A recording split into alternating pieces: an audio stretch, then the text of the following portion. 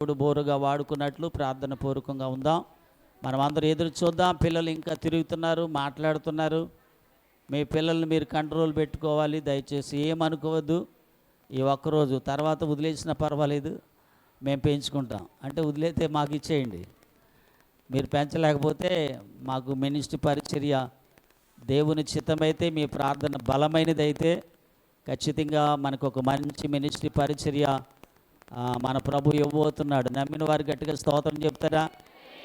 ఎలాంటి పరిచర్య అంటే చిన్నపిల్లల పరిచర్య, వృద్ధుల పరిచర్య, బైబిల్ కళాశాలిక పరిచర్య.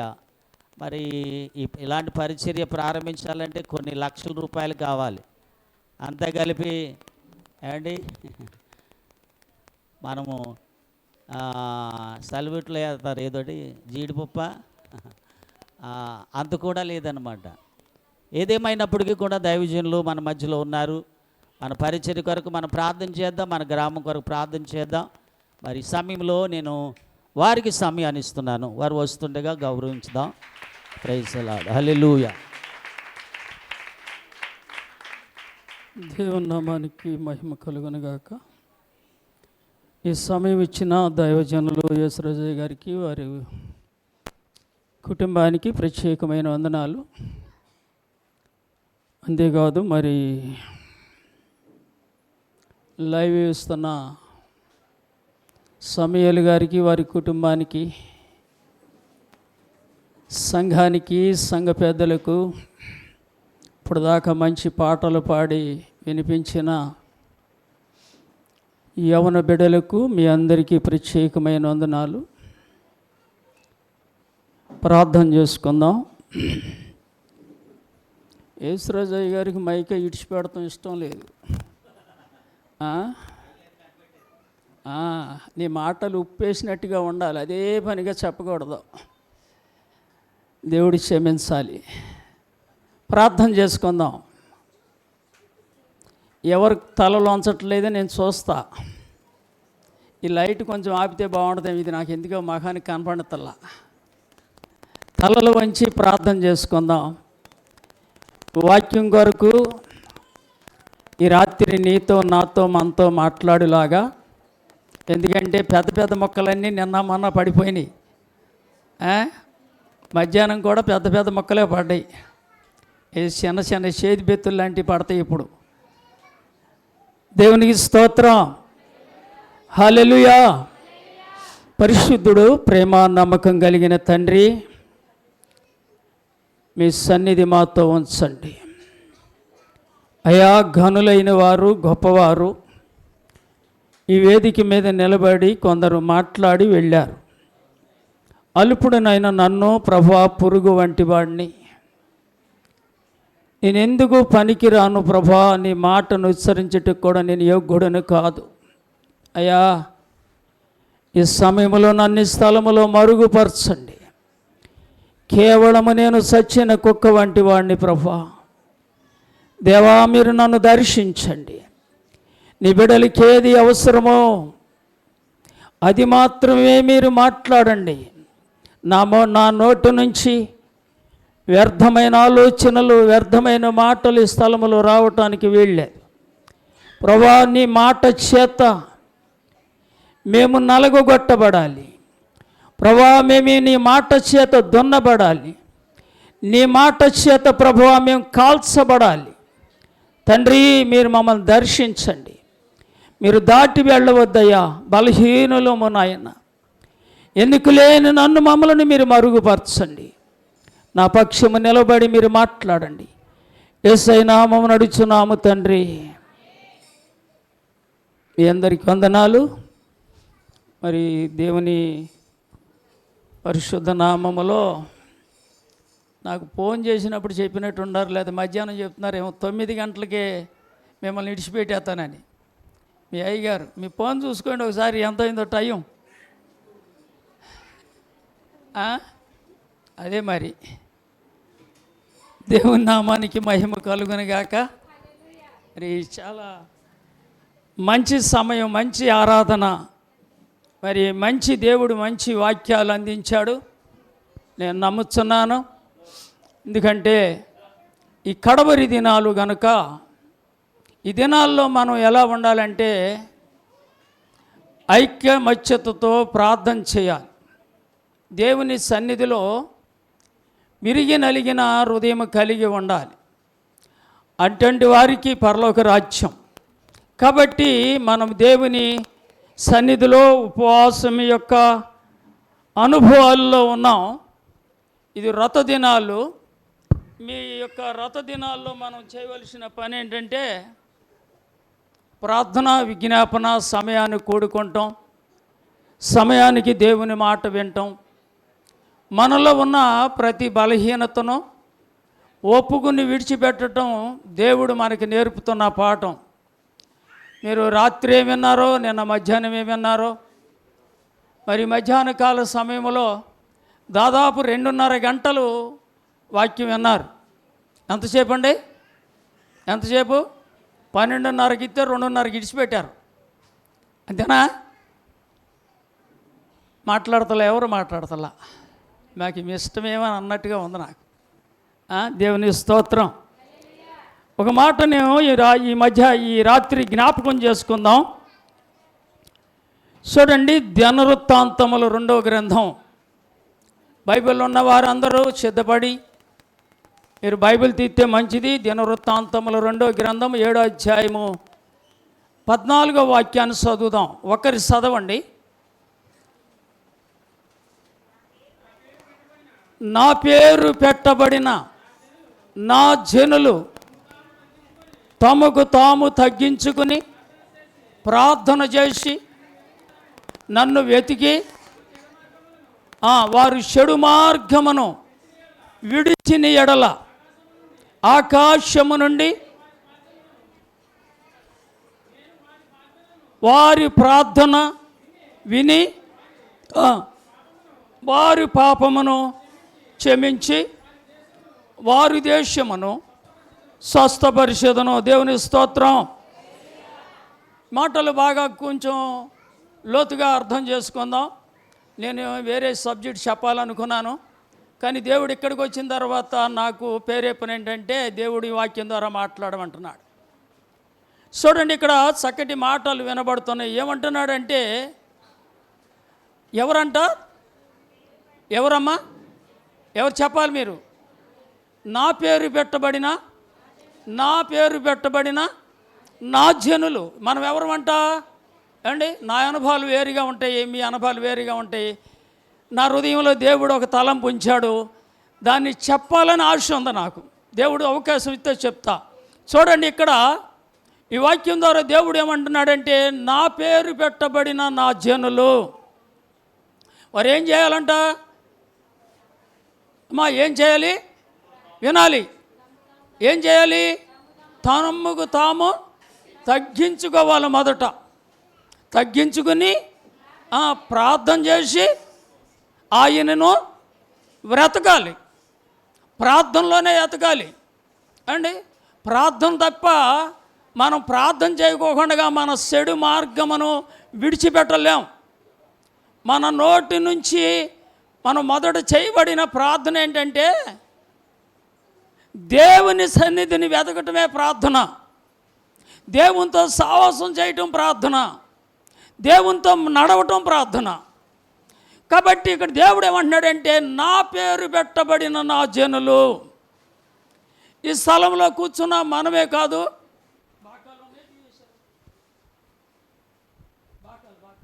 చేశారా?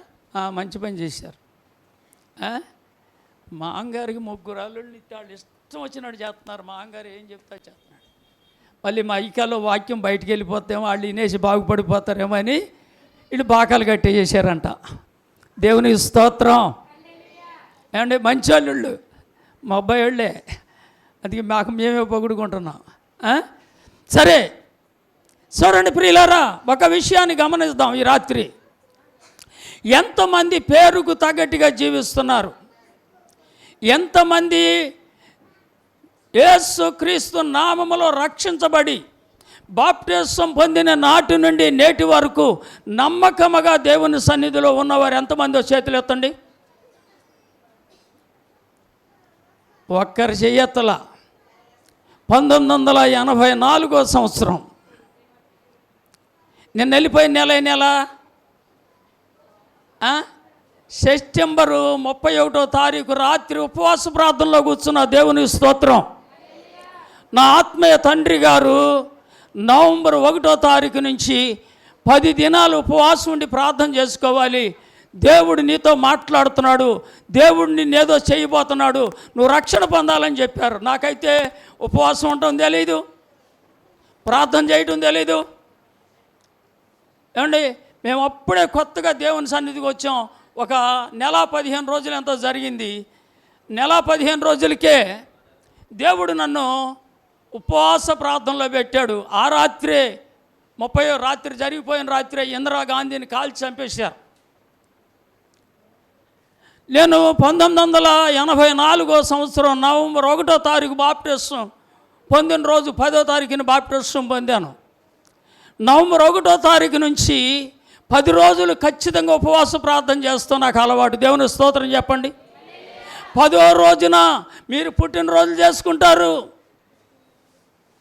పెళ్లి రోజులు చేసుకుంటారు, గృహాలు కట్టుకుంటే ప్రార్థన పెట్టుకుంటారు. రక్షణ పొందారు, మీరు ప్రార్థన పెట్టుకున్నారా? రోజు ఉందా? రక్షణ రోజు గుర్తుందా మీకు?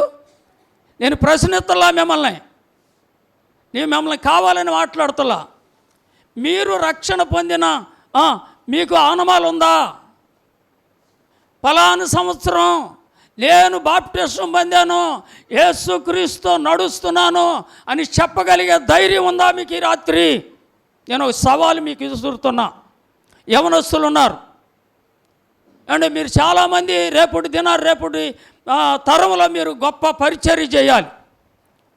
లెక్కేసుకోండి, ఎన్ని సంవత్సరాలు అయింది? 1984 సంవత్సరం నేను రక్షణ పొందిన సంవత్సరం నవంబర్ 10వ తారీఖు. నేను నా భార్య రక్షణ పొందుతుంటే నాతో పాటుగా 30 మంది వచ్చి బాప్టిస్టం తీసుకున్నారు. 35 కొట్టండి. ఎంతమంది బాప్టిస్టం పొందారు? ఎవరి పేరమ్మా? ఎవరి పేరు పెట్టుకున్నాం మనం? ఏ పేరు మనలో ఉండాలి? క్రీస్తు యేసు నామములో ప్రార్థన చేస్తే దయ్యాలు గజగజ వనకాలి. శాతబడి శక్తులైనా దురాత్మ సమూహమునైనా దేవుని నామములో మనం ప్రార్థన చేస్తే అవి మనల్ని విడిచి పారిపోవాల్సిందే. ఎవరున్నారు అలాంటి వారు? ఈ గ్రామంలో నేను ఒక 5గురిని చూపించగలుగుతా.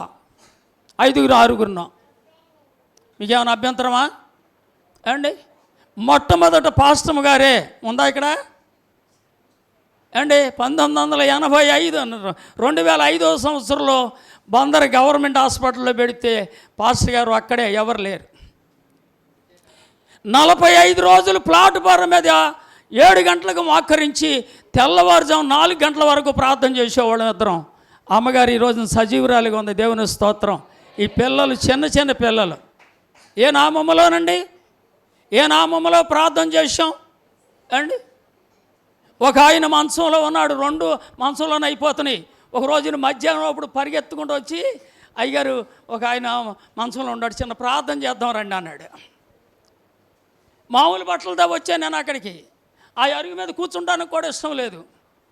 ప్రార్థన చేసాం. రామయ్య 10 సంవత్సరాలు బ్రతికాడు. ఇక్కడ ఉన్నారు వాళ్ళు, బంధువులు. దేవుని స్తోత్రం.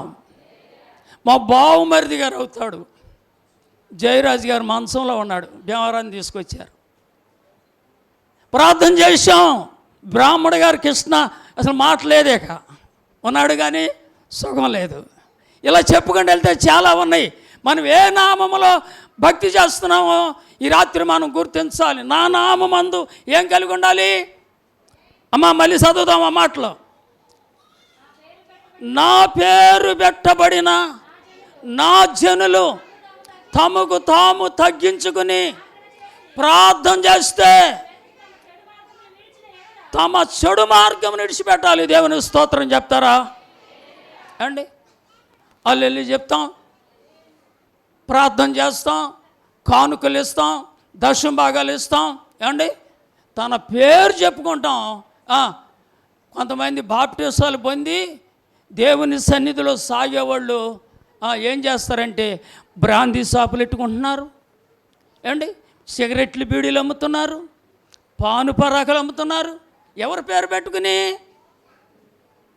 ఎవరి పిల్లలు చెప్పండి? ఏమండి? వడ్డీ వ్యాపారం చేస్తున్నారు.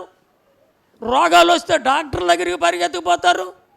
అక్కడైతే 1000 రూపాయలు ఇస్తారు, ఇక్కడైతే సిరిగిపోయిన 10 రూపాయలు కాగితం ఉంటుంది. మీరేమనుకో అక్కర్లేదు, నాకు తెలుసు ఈ సంగతి అంతా. నేను ఇవ్వటం తప్పని అంటలా.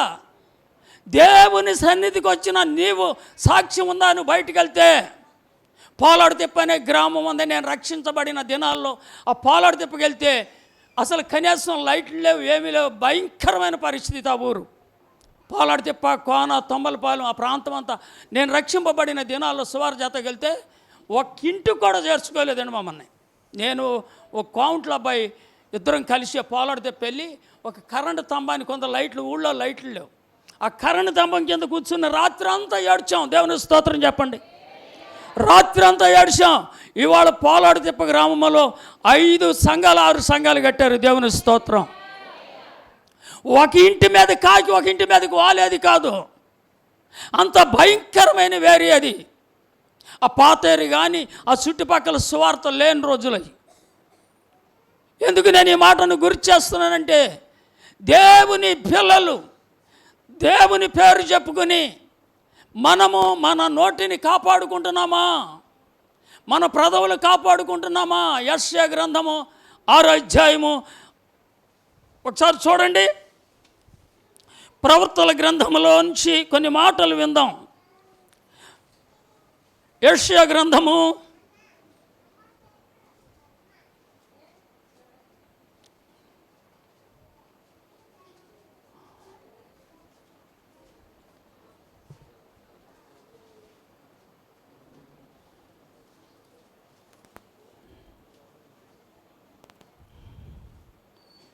5వ వచనం చదవండి.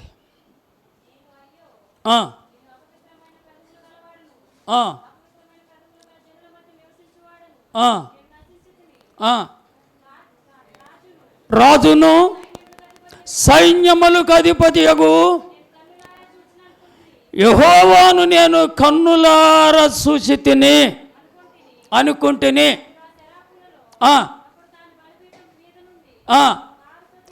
కారుతో తీయబడిన నిప్పు చేత పట్టుకొని నా యొద్దకు ఎగిరి వచ్చి, ఇది నీ పెదవులకు తగిలును గనుక నీ పాపమునకు ప్రాయశ్చిత్తం. దేవుని స్తోత్రం చెప్పండి. స్తోత్రం చెప్దాం. హల్లెలూయా. ఎవరండి ఈయన? ఈయనెవరు? హలో, ఇక్కడే ఉన్నారా? ఇక్కడ ఉంటే ఒకసారి ఎవరో చూడండి. ఈ ప్రవక్త ఎవరు? యెషయా ప్రవక్త. అతడు కళ చూస్తున్నాడు, కళ్ళలో దర్శనాన్ని చూస్తున్నాడు. ఆ కళ్ళలో ఏం మాట్లాడుతున్నాడంటే ఒక మాట చెప్తున్నాడు, నేను సింహాసనాసీనుడైన దేవుని నేను కన్నులారా చూశానని చెప్తున్నాడు. ఎక్కడున్నాడు ఈయన? ఎక్కడున్నాడు? మెలకుగా ఉన్నాడా? పనిచేస్తున్నాడా? ఆలోచన చేయండి. నిద్రపోతున్నాడు యెషయా ప్రవక్త. ఆయన నిద్రలో ఒక కళ చూస్తున్నాడు. సైన్యములకు అధిపతియగు యెహోవా పరిశుద్ధుడు పరిశుద్ధుడు పరిశుద్ధుడని నిత్యము ప్రతిగానములు చేస్తుండగా దేవదూతల మధ్యలో ఉన్నాడు ఈయన. ఈ దేవదూతలు పరిశుద్ధుడు పరిశుద్ధుడని దేవుని కొనియాడుతున్న దినాల్లో ఈ ప్రవక్త నిద్రపోతా గాఢ నిద్రలు అంటున్నాడు, అయ్యో నేను అపవిత్రమైన జనుల మధ్యలో ఉన్నాను, నా పెదవులు అపవిత్రమైన మాటలు మాట్లాడుతున్నాయి. ఏ మాటలండి? మా తల్లిగారి గురించి ఎవరికి తెలుసు? ఎంతమందికి తెలుసో చేయొద్దండి. మా తల్లిగారి గురించి తెలిసిన వాళ్ళు చేయొద్దండి. ఉండారు ఎవరన్నా? అలాంటి వాళ్ళు ఎవరన్నా ఉంటే చెప్పండి. లేరు అనుకుంటా. పేతురు ఏమైపోయాడు? మరి యేసుపాదం గారు ఏడి? తూచ్ కదా. 74వ సంవత్సరంలో మా తల్లిగారు ప్రార్థనకి వెళ్ళేది. మా తల్లిగారి ప్రార్థనకి వెళ్ళకముందు మా తల్లి సంగతి ఏంటి తెలుసా? పొద్దున్న చీకటితో 6 గంటలకు 7 గంటలకు ఒక ఆయన బండి ఎక్కాడు, ఈ ఊరు ఆయన, ఆ శివర. నా బండి మీద మా అమ్మని జ్ఞాపకం చేసుకుని చిట్టోడా చిట్టోడా చిట్టోడా అని పద్దాక అందరినీ పలకరించేదయ్యా అని నా బండి వెనకాల కూర్చుని ఏడుస్తున్నాడు ఆయన.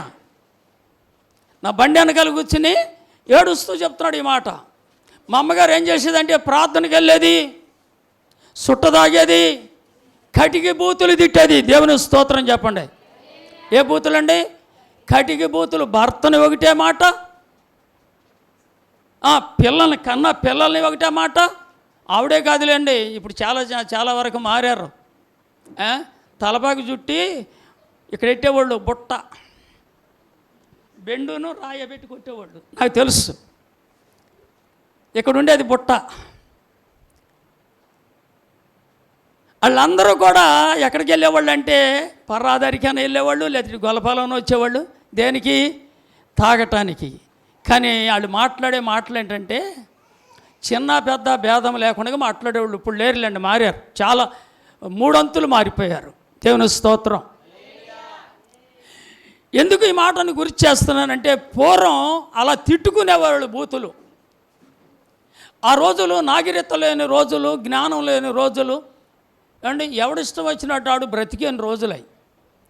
కానీ ఇప్పుడు మనకు జ్ఞానం ఉంది, జ్ఞానం నేర్పుతున్నారు. ఇక్కడ ప్రవర్త గురించి ఒక మాట చెప్పి నేను ఇంకొక మాట చెప్పాలి మీకు. ఈయన ఏమంటున్నాడంటే, నేను అపవిత్రమైన ప్రజల మధ్యలో ఉన్నాను, అపవిత్రమైన ప్రజల మాటలు మాట్లాడుతున్నాను.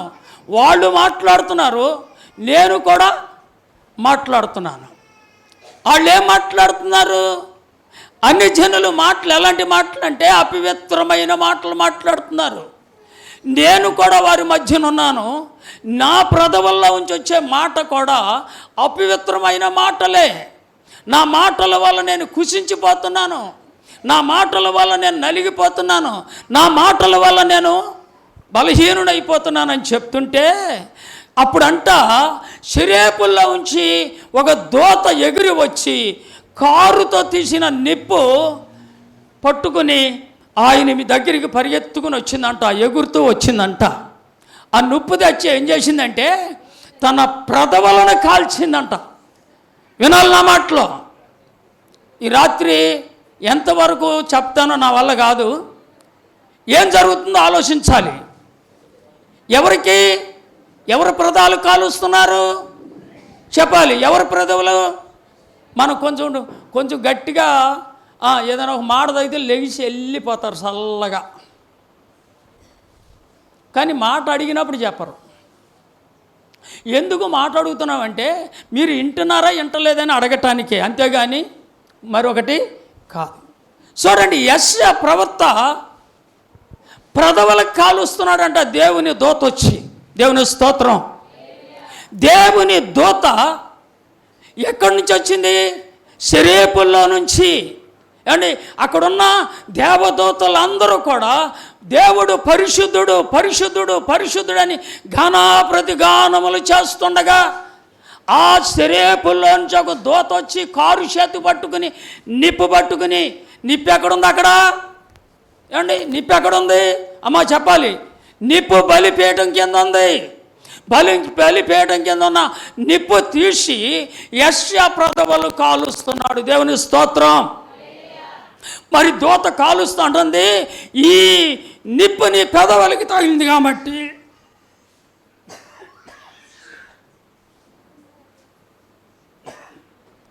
దేవుని స్తోత్రం.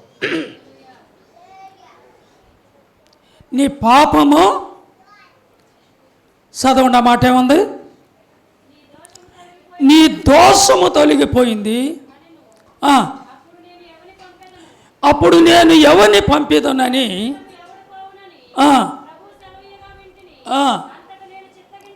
చిత్తగించుము, నేనున్నాను.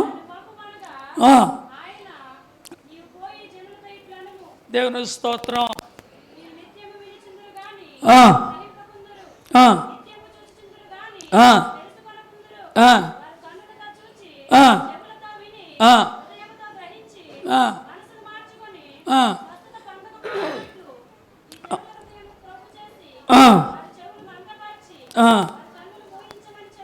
చాలు. చూడండి ప్రియులారా, దేవుడు ప్రవక్త అయిన యెషయా ద్వారా దేవుని దూత మాట్లాడుతుంది. ఏమని చెప్తుంది? ఈ జనులు వినటానికి మాత్రం వింటున్నారు, దాన్ని గ్రహించట్లా. స్తోత్రానికి మాత్రం చూస్తున్నారు, కానీ దాన్ని ఆలోచన చేయట్లా. కాబట్టి నువ్వు వెళ్ళి వారికి నువ్వు చెప్పు అని ప్రవక్త అయిన యెషయా ద్వారా మాట్లాడుతుంది దేవుని దూత. దేవుని స్తోత్రం. మనం మొదట చదువుకున్న దినవృత్తాంతముల గ్రంథములో ఏముందంటే, నా పేరు పెట్టబడిన నా జనులు ఏం చేయాలి? తమను తాము తగ్గించుకుని ప్రార్థన చేసి నన్ను వెతకి చెడు మార్గములు విడిచిన ఎడల ఆయన ఏం చేస్తానంటున్నాడు? ఆకాశము నుండి వారి ప్రార్థన విని వారి పాపములు క్షమిస్తాడంట.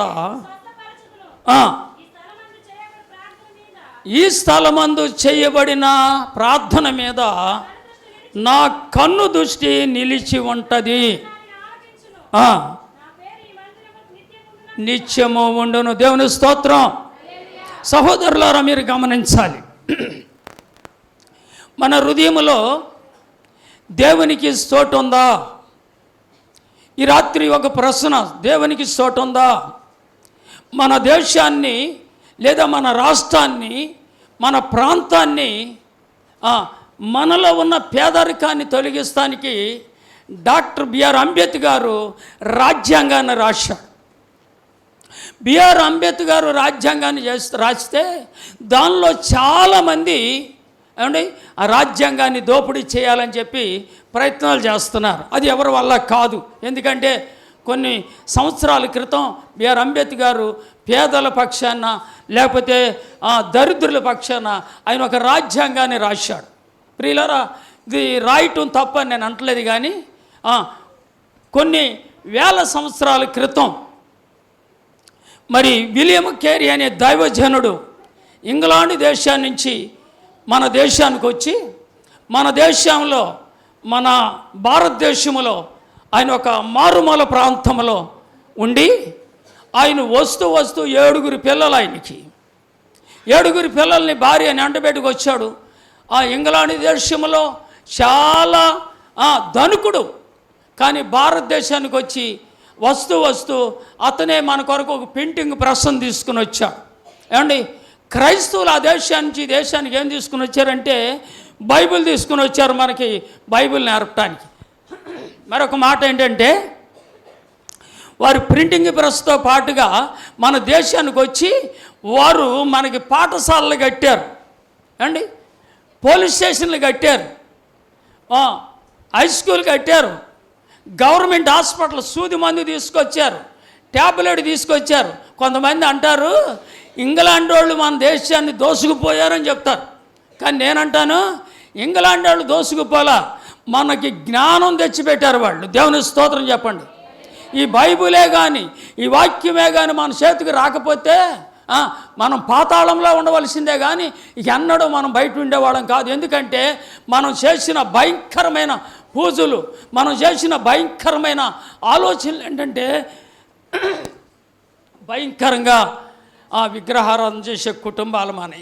అండి 74వ సంవత్సరంలో మరి కొంతమంది నాకు తెలిసిన వాళ్ళు చెప్తా, మీరేమనుకోమాకండి, తమ్మ నాగేశ్వరరావు గారు, దానయ్య గారు, మా అమ్మగారు, ఇంకా కొంతమంది అక్కడికి తుమ్ముడు వెళ్ళేవాడు.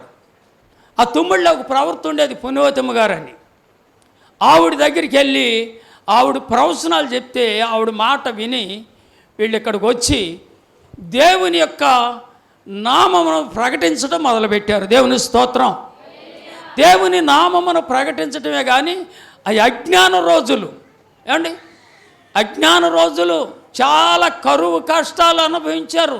ఆ రోజుల్లో చాలా ధనికులు కూడా ఉన్నారు, కానీ దేవుని వాక్యాన్ని వినే దరిద్రులు ఎక్కువగా ఉండేవాళ్ళు. దేవుని పిల్లలారా, ఎందుకు ఈ మాటలు నేను చెప్తున్నామంటే, దేవుడు ఆ ఇంగ్లాండ్ దేశాన్ని నుంచి విలియం కేరీ గారిని మన దేశానికి రప్పించినప్పుడు ఆయన ఒక గొప్ప ప్రవక్త అయ్యండి. మన దేశానికి వచ్చే ముందే పెద్ద కొడుకు చచ్చిపోయాడు, తర్వాత రెండో కొడుకు చచ్చిపోయాడు. మన దేశంలోకి వచ్చిన తర్వాత 3 కొడుకులు చచ్చిపోయారు, ఇంకొక కూతురు మిగిలింది. అండ్ భార్యకు కూడా మెంటలు వచ్చేసింది. ఆ రోజుల్లో వాక్యం వినేవాళ్ళు లేరు, సువార్త అందితే వినేవాళ్ళు లేరు. ఆయన విలియం కేరీ గారు 40 భాషల్లో ఈ బైబిల్ తర్జుమా చేసి మన భారతదేశానికి అందించాడు. అంతేకాదు ఆయనే మొట్టమొదట మన భారతదేశానికి ఏం తీసుకొచ్చాడంటే ప్రింటింగ్ ప్రెస్ తీసుకొచ్చాడు. దేవుని స్తోత్రం. ఏమండి, ఆయన దేని కొరకు అంత ఖర్చు పెట్టాడంటే ఆ రోజుల్లోనే ధనుకుడై ఉండి ఆ డబ్బు అంతా భారతదేశంలో ఈ బైబిల్ మిషన్లు ఈ పుస్తకాలు తయారు చేయడానికి సిద్ధపడితే గిట్టని వాళ్ళు ఏం చేశారంటే బైబిల్ ఆ పాఠశాల తగలబెట్టేశారు. ఆయన పట్టు విడవలా, అయినా దేవుని మాటను మర్చిపోలా. ఎందుకంటే ఒక పట్టణానికి ఆయన సువార్త బోధిస్తానికి రమ్మంటే ఆ గ్రామానికి వెళ్తే ఆయనకి కొంతమందిని పరిచర్య చేయటానికి ఆయనంటే గిట్టనోళ్ళు అంటున్నారు. ఏమండి, ఆ ఇంగ్లాండ్ దేశంలో ఈయన పాత చెప్పులు కుట్టుకునేవాడు. సరే సమయం ఇచ్చారు, చెప్పులు కుట్టుకునేవాడు అంటే ఆయన ఏమంటున్నాడంటే, అయ్యా కొత్త చెప్పులు కాదు నేను కుట్టుకునేది, పాత చెప్పులు కుట్టుకునేవాడు అని చెప్పాడు. ఎందుకు అంటే ఆయనంటే గిట్టన వాళ్ళు అవతలతో దొరలతో చెప్తున్నారు ఏమని, ఈయన చెప్పులు కుట్టుకునేవాడు. నిజమే, మనం కూడా ఒకప్పుడు ఎవరు కులవృత్తిని బట్టి వాళ్ళు కులవృత్తిని చేశారు. కానీ అండి కులము కూడెట్టదు.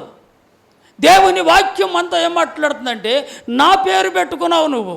ఎప్పుడైనా వెళ్ళి నీ తోటి సహోదరుడికో నీ స్నేహితుడికో నీ బావమరిదికో తాగి నశించిపోతుంటే వాడితో కలిసి నువ్వు మాట్లాడుతున్నావేమో, కానీ నువ్వు నమ్ముకున్న దేవుణ్ణి ఎప్పుడైనా పరిచయం చేసావో లోకానికి? ఆలోచన చేయండి. మీరు నమ్ముకున్న దేవుణ్ణి లోకానికి మేము పరిచయం చేసామండి. ఇదిగో ఈ ఆత్మ నేను తీసుకొచ్చానండి, ఈ గొర్రెని నేను తీసుకొచ్చానండి చెప్పగలిగే ధైర్యం మనకుందా? చూడండి, యెజ్రా గ్రంథం 10వ అధ్యాయం చదువుదాం. చూడండి, ప్రవక్త అయిన యెజ్రా గ్రంథం.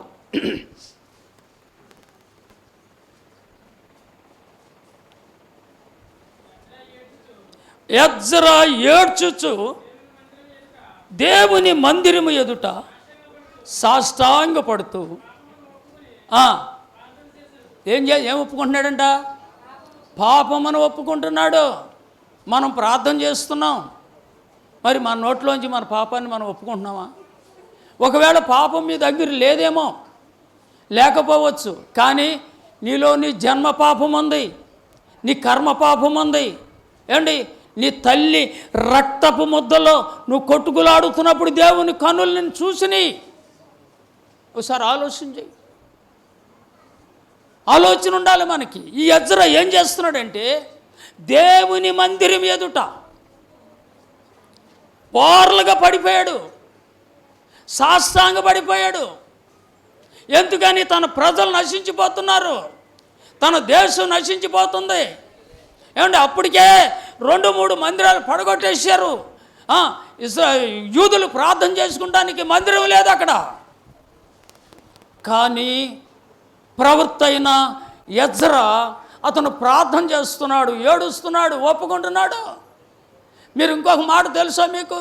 నాజీరియా దేశంలో ఈ మధ్య కాలంలోనే ప్రార్థన చేసుకునే వాళ్ళని 150 మందిని పీకులు వచ్చి చంపేశారు. ఏం చేశారు వాళ్ళు?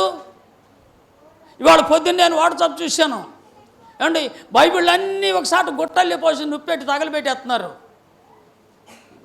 తెలంగాణలో ఒక పాస్టర్ గారు 10 మందిని వేసుకుని అక్కడికి వెళ్తే ఆయనతో ఏం మాట్లాడుతున్నారంటే, మీరు చూసే ఉంటారు, మీరు అక్కడికి వెళ్ళొద్దు, మేము వాళ్ళ మీద చర్య తీసుకుంటాం అని అది చూసిన వాళ్ళు చెప్తున్నారు, పోలీసు వాళ్ళు చెప్తున్నారు.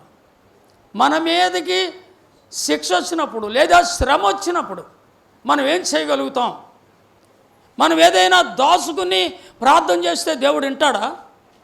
మన ప్రార్థనకి జవాబు వస్తుందా? ప్రార్థనకి సమాధానం కలుగుతుందా అండి? చూస్తే అక్కడ ఏముందంటే యెజ్రా ఏడ్చుచు ఏమండి సాష్టాంగపడుతూ పాపమును ఒప్పుకుంటున్నాడు. ఇలాపి వాక్యములు చూడండి, యెరెమీయా పక్కన ఇలాపి వాక్యాలు ఉంటాయి. 5వ అధ్యాయం 7వ వచనం చదవండి త్వరగా. ఇలాపి వాక్యముల్లో ఎవరండి? ఎవరు వెనకాలండా సహోదరులు చెప్పాలి. ఎవరంట? మా తండ్రులు పాపం చేసి గతించిపోయిరి, మేము వారి దోష శిక్షను అనుభవిస్తున్నాం. దాసులు మాకు ప్రభువులు అయిపోయారు. మా ఇంట్లో పాలేరులుగా ఉండేవాళ్ళు వాళ్ళు. ఏమండి మా వంట గిన్నెలు కడిగేవాళ్ళు, మా దగ్గర మిగిలిన అన్నం పెడితే తినేవాళ్ళు వాళ్ళు. ఇప్పుడు ఏమైపోయారంటే వాళ్ళు దాసులు మాకు ప్రభులైపోయారు. వాళ్ళు వారి వశము నుండి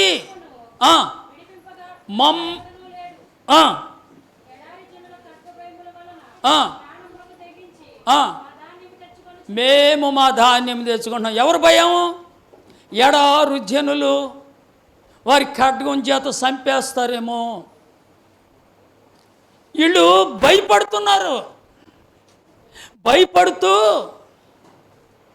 వారు చెప్పుతున్న మాట ఏంటంటే, మా తండ్రులు గతించిపోయారయ్యా, మా తండ్రులు పాపం చేశారు, దుర్మార్గంగా సంపాదించాడండి. నేను ఒక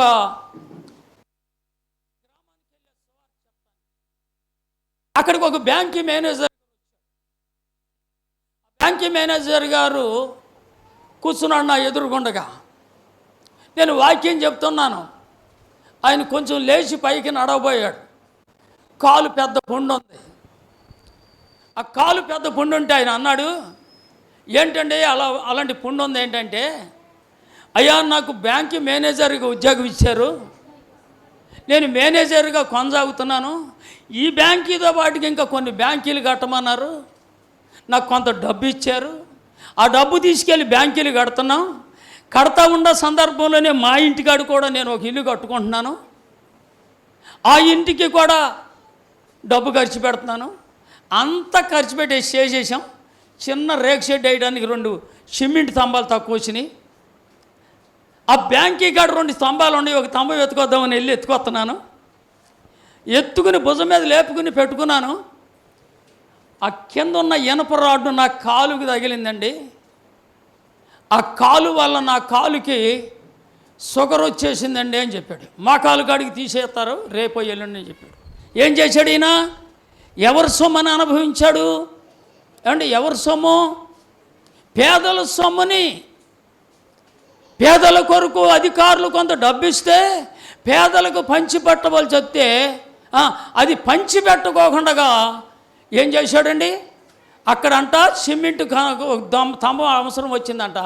ఆ స్తంభం తీసుకొస్తానికి వెళ్ళి సిమెంట్ స్తంభం భుజం మీద ఎత్తుకున్నాడు. రాడ్డు కాలుకు తగిలింది, ఇనప రాడ్డు. ఇనప రాడ్డు వల్ల ఏమొచ్చింది? షుగర్ వచ్చింది. ఏమండి దోపుడు సొమ్ము మీద ఎగబడ్డాడు, పాపపు సొమ్ము మీద ఎగబడ్డాడు. కొంతమంది లంచాలు తీసుకుంటారు.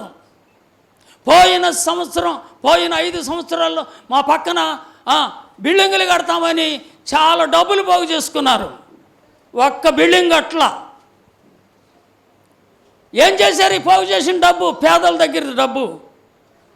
ఇక్కడ దేవుడు మాట్లాడుతున్నాడు, మా తండ్రులు పాపం చేసి గతించిపోయారు, వారి దోష శిక్ష మా మీద.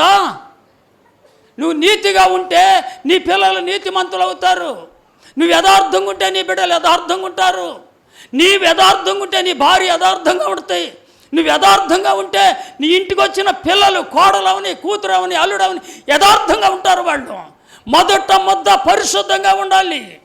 మొదట ముద్ద పరిశుద్ధంగా లేకపోతే పిండి అంతా పాడైపోతాయి. కొంచెము పిలుపిండి అంటే మానిడు ఉందంట, పిండి మరకం పిండిని పాడు చేసేసింది. ఏమైంది? 3 రోజుల క్రితం రుబ్బి అట్టి పెట్టిందంట పిండి. కొంచెమే ఉంది, మరలా ఇవాళ పెద్ద కొండ తయారు చేసింది, బంధువులు వస్తున్నారు, చుట్టాలు వస్తున్నారని చెప్పింది. కూతురో కోడలో చెప్పింది, అమ్మ ఆ కొంచెం కూడా ఇందులో కలిపేయని. కానీ కలిపేసి అట్లేత్తం మొదలుపెట్టింది. ఇప్పుడు తినేవాళ్ళకి ఎలా కనపడుతుంది? ఏమంటే తండ్రులు ద్రాక్షకాయలు తింటే పిల్లలు పళ్ళు పులిసిపోతాయి. నీ పాపం ఊరికినే ఉండదు. నీ భార్య ఉండగా మరొక భార్యని కూడితే ఆ పాపం ఊరికినే పోదు. నీ ఇంటిలో ఏం పెట్టుకున్నావంటే నీ వాకిట పాపము నిలిచి ఉంది. ఈ పాపాన్ని ఒప్పుకోకుండా ప్రభువా నీకు స్తోత్రమయ్యా, స్తోత్రమయ్యా, ప్రార్థన ఆలకించిన దేవునికి స్తోత్రాలు చేయొద్దండి అంటున్నారు దైవజనులు. కప్పేస్తున్నారు మట్టి గోడకి, గట్టి ఇది మట్టి గోడ కంటే గచ్చి పూసేస్తున్నారంట. కొన్ని రోజులు ఆగిన తర్వాత, కొన్ని సంవత్సరాలు ఆగిన తర్వాత ఆ దాంట్లో చిన్న పురుగుడ్డ మొదలు పడుతుంది. అదంతా ఊడి బెల్లి కింద ఊడిపోతాయి. మన బ్రతుకు అలా అయిపోతాయి. దేవుని మాట వింటున్నావా? నువ్వు క్రైస్తవుడివేనా, క్రైస్తవురాలువేనా? దేవునితో సావాసం చేస్తున్నావా? నా పేరు పెట్టబడిన నా జనులు, ఏదో ఆదివారమే వస్తుంది మనకి ఏదైనా కార్యక్రమం వస్తే, ఆ కార్యక్రమం వచ్చిన రోజున ఏమైపోతావంటే ఆదివారం గుళ్ళో ఉండవు. అది విశ్రాంతి దినము, పరిశుద్ధ దినము. నేను క్రమంగా ఉంటే, నేను క్రమంగా ప్రార్థన చేస్తే నా బిడ్డలు ఆశీర్వదించబడతారన్న సంగతి నువ్వు మర్చిపోయితే దేవుడు క్షమిస్తాడండి. ఈ ఎజ్రా కుటుంబం కాదు ఇది. ఎజ్రా ఎవరి కోసం సాష్టాంగపడ్డాడంటే తన జనుల కోసం, తన దేశం కొరకు, తన ప్రజల కొరకు, తన యొక్క బంధువుల కొరకు. దేవునికి స్తోత్రం. ప్రియులారా, లోక సువార్త 16వ అధ్యాయము 21-22 వచనాలు చూస్తారా? మీకు తెలుసున్న వాక్యాలే, నేనేం కొత్తవి చెప్పట్లా. ఎక్కడి నుంచి ఎవరున్నారు అక్కడ? ఒక పేదవాడున్నాడు, దరిద్రుడున్నాడు. ఎవరి వాకిటి ఉన్నాడంటే ధనవంతుడు వాకిట్లో కూర్చుని ఉన్నాడు. ఈ ధనవంతుడు ఏమనుకుంటున్నాడంటే నేను బాగా సంపాదించాను, నా చేతికి ఈ చేతికి 5 రోళ్ళు 10 ఉంగరాలు పెట్టుకున్నాను, ఈ చేతికి 10 ఉంగరాలు ఉన్నాయి, నా మెడలో మంచి చేను ఉంది, నా చేతికి బ్యాస్లైట్ ఉంది, నేను పట్టు బట్టలు కట్టుకుంటాను, బంగారు పళ్ళెంలో భోజనం చేస్తాను, నేను చాలా సంపాదించాను అని ఈ ధనవంతుడు ఉర్రట్లూగుతున్నాడు.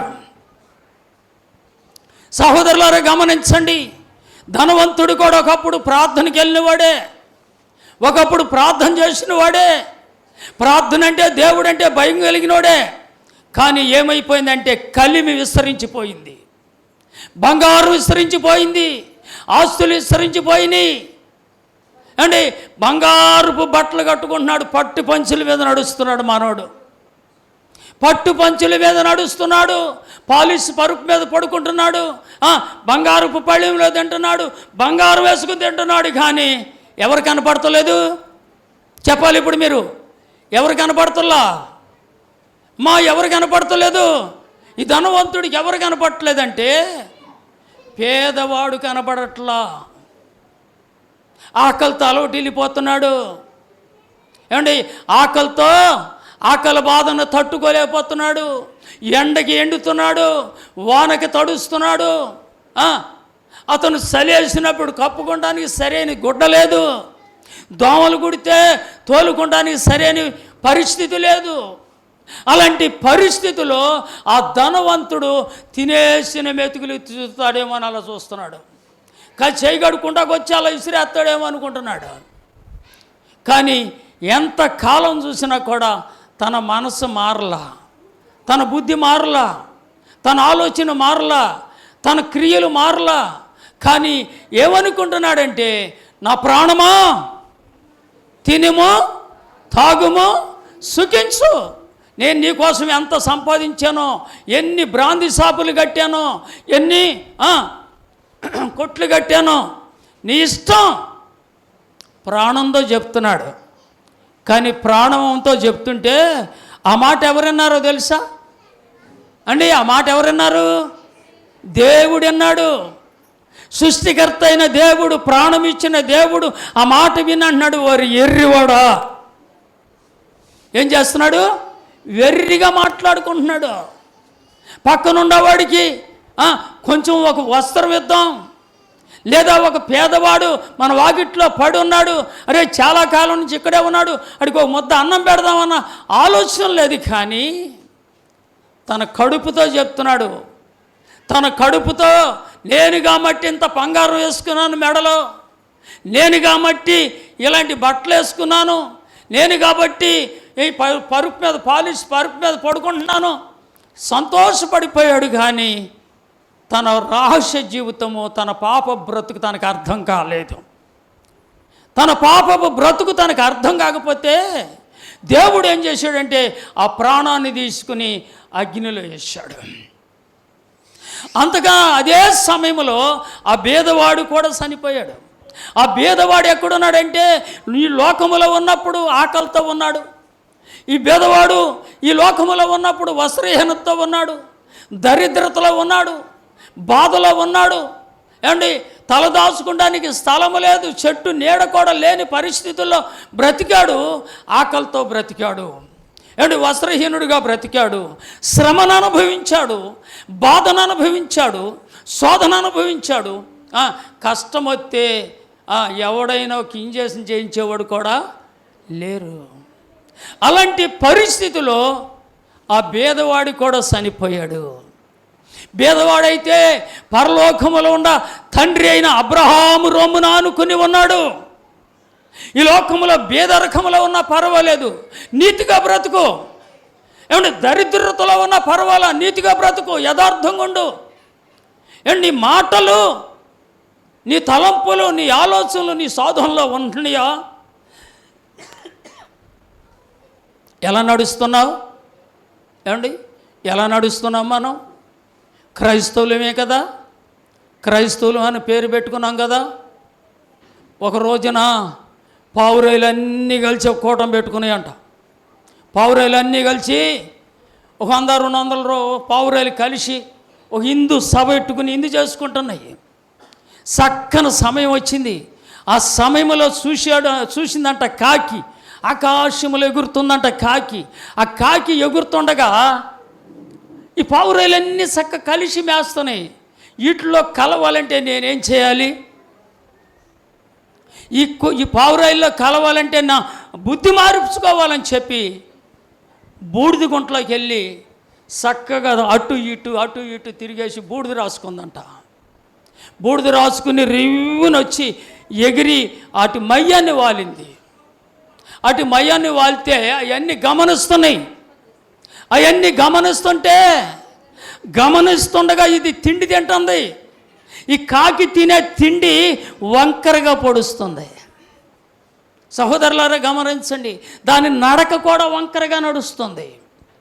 క్రైస్తుడు అని పేరుంది నీకు, ఏమండి, యేసుక్రీస్తు బిడ్డనని పేరుంది, పరలోకం ఉందా?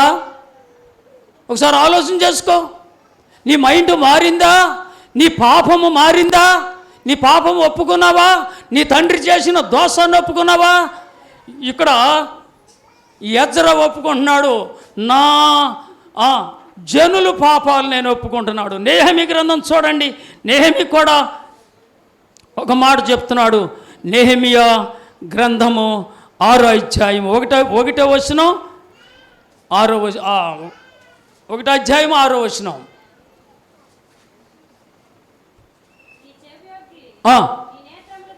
నీ చెవియొగ్గి నీ నేత్రములు తెరిచి నీ సన్నిధిలో దివారాత్రములు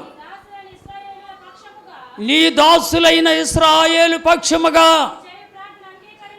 నీవు చేయు ప్రార్థన అంగీకరించుము. నీకు విరోధముగా ఏం చేశారంట? దేవునికి విరోధంగా పాపం చేస్తారు.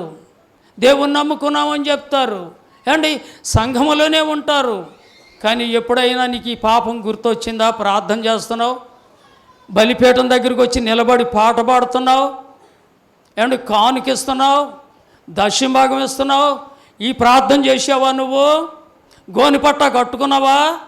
నీ విరోధుల దగ్గరికి వెళ్ళి సమాధాన పడ్డావా? నీ భార్యని హింసించేవేమో, ఎప్పుడైనా వెళ్ళి సమాధాన పడి నీ భార్యని క్షమాపణ అడిగావా? నీ తల్లిని క్షమాపణ అడిగావా? నీ అన్నదమ్ముల్ని క్షమాపణ అడిగావా? నీ ఇరుగు పొరుగు వారిని క్షమాపణ అడిగావా? క్షమాపణ లేని ప్రార్థన పరలోకానికి వెళ్తుందంటండి. క్షమాపణ ఉండాలి మనసులో. మనిషి ప్రార్థన చేస్తున్నాడంటే పరలోకము దిగి రావాలి మన మధ్యకి. దేవుని స్తోత్రం చెప్పండి. పరలోకములో ఉన్న దేవుడు నిన్ను దర్శించాలంటే నేహమీ వలె ప్రార్థన చేయాలి, ఎజ్రా వలె ప్రార్థన చేయాలి. పేరు ఎవరిదే? పేరు బంగారమే. అబ్బా ఏం ముద్దులు పెడతావో మగపిల్లోని కంటే. బంగారమా, కొండ, ఎండి, ఎన్నెన్నో ముద్దులు పెడతావు. సూర్యుడి కనపడగానే దీపం వెలిగించగానే ముద్దు పెట్టేస్తావు. దీపం ముట్టించగానే లైట్ ఎలగగానే అరిచేతులు ముద్దులు పెట్టేస్తావు. ఏమంటే అట్టల దగ్గర రాగానే చేతుల నిండా రంగు ఉంటుంది. ఏం రంగు అది? చేతుల నిండా గోరింతకు పండగ అండి. ఏ పండగ అండి? మారేవా దేవుని సన్నిధిలో ప్రార్థన చేసే ఆడపిల్లలే కానీ మీరందరూ నాకు కావలసిన వాళ్ళే. మార్పు ఉందా మన జీవితంలో? శాస్త్రులు పరిచయాలు యేసుప్రభు దగ్గరికి వచ్చారు. యేసుప్రభుని ప్రశ్నిస్తున్నారు. వారు అన్నారు, ఏమన్నాడంటే, ప్రభు మీరు పళ్ళెమును బయట మాత్రమే కడుగుతారు, ఎక్కడికి అడగరు అమ్మా? లోపల ఉంది మన్నడి తిన్న బిర్యానీ పాసిపోయింది, ఫ్రిడ్జ్లో పెట్టేసి నెల పోయిన తర్వాత తింటారు మా ఊరోళ్ళు. పొద్దున్న పప్పు వండారని అది పాసిపోతే ఆ ఫ్రిడ్జ్లో పెట్టేసి మళ్ళీ పారయ్యరు, మళ్ళీ కాకులని తింటాయేమని. అలాంటి వాళ్ళు లేరా ఏమండి? పూర్వ దినాల్లో రోకళ్ళు ఉండేవి, మీకు ఎవరికైనా తెలుసా? రోకలు ఇచ్చుకుని ధాన్యం దంచితే దాని మీద ఉన్న పొట్టంతా పోవాలి, తవుడంతా పోవాలి. బియ్యం తెల్లగా వచ్చేటట్టుగా దంచితే ఆ బియ్యం కడుక్కుని అది ఏం చేసేవాళ్ళు అంటే, మేము ఈ ఊరి సంగతి నాకు బాగా తెలుసు కాబట్టి ఊళ్ళోకి రావటమే మా నాన్న అనేవాడు, అప్ప వార్పి అనేవాడు. ఇవాడు తాగుతున్నారా? ఇవాళ అలాంటి వాళ్ళు ఉండారా? ఏంటది ఉందారా?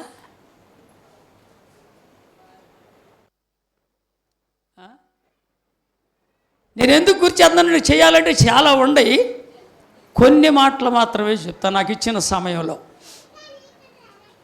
మారామా? మార్చుకుంటున్నామా? ఏమండి? ఈ ఊరు పాస్టర్ గారు కాదు, హైదరాబాద్ పాస్టర్ గారు కాదు, అమెరికా పాస్టర్ గారు కాదు, ఈ భూప్రపంచం మీద నుంచి ఏ పాస్టర్ గారు వచ్చి వాక్యం చెప్పినా నీ పాపాన్ని ఒప్పుకున్నావా?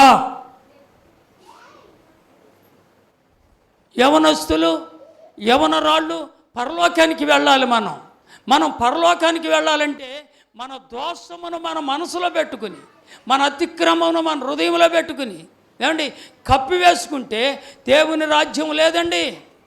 సత్యస్వరూపమైన ఆత్మ నీ మీదకి వచ్చినప్పుడు ఆ ఆత్మ నీకేం చెప్తుందంటే సర్వసత్యమును బోధిస్తుంది. దేవుని స్తోత్రం. సర్వసత్యంలో నడుస్తున్నామా? సర్వసత్యంలో నడుస్తున్నామా? ఎంతమంది ఈ ఆలోచన కలిగి ఉన్నారు? శాస్త్రులతో పరిచయాలతో మాట్లాడుతూ ప్రభు అన్నాడు, మీ మాటలు ఎలా ఉండాలంట? లోకములో ఉప్పు వేసినట్టు ఉండాలి. ఉన్నాయా మన మాటలో?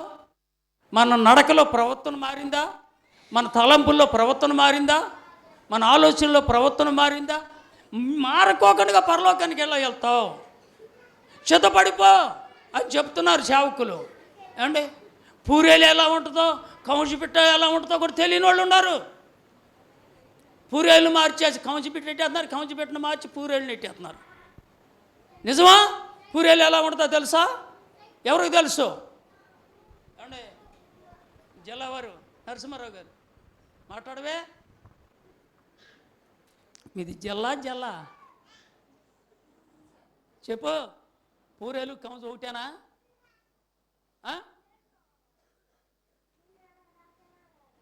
దేవుని స్తోత్రం. పూరేలు పెట్టకి ముక్కు సన్నగా పొడుగ్గా ఉంటుంది, నెత్తి మీద కొప్పు ఉంటుంది. మీరు ఎప్పుడైనా చూడండి, దిండ దెబ్బలంట ఉంటాయి, మన సరుకు దుబ్బలంట ఉండే అండి. అదే దుబ్బులంటే కౌన్సిల్ కూడా ఉంటాయి. అది ఇది ఒకటని కాదు ఏమండి. భక్తి అంతా ఒకటని అనుకోకుండా భక్తి చేయాలంటే యెషయా ప్రవక్త ఒప్పుకుంటున్నాడు, తండ్రి నేను అపవిత్రమైన ప్రజల మధ్య నేనున్నాను, నేను ఆ జనుల మధ్యన ఉన్నానయ్యా.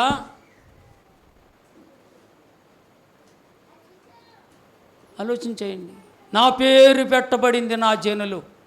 వాళ్ళు ఏం చేయాలి? తమకు తాము తగ్గించుకోవాలి. తమకు తాము తగ్గించుకుని వారు చెడు మార్గమును విడిచిపెట్టి నన్ను వెతికిన ఎడల నేను వారి ప్రార్థన అంగీకరిస్తాడు. చెడుతలము లోపల ఉంది, పుచ్చకాయ ఉంది, చేదు పుచ్చకాయ ఉంది.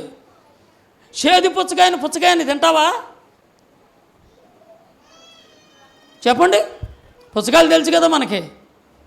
పుచ్చకాయ 100 రూపాయలైనా కొనేసుకుంటాం.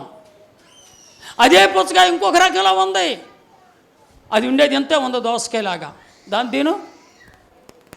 తిను. ఎందుకని తినరు మనం? అది చాలా వైజ్యం. ఎంత ఉన్నది మన బాడీలో, మన శరీరంలో కొన్ని అవయాలకు పనిచేస్తుంది. అది కరోనా టైంలో వాడారు దాన్ని.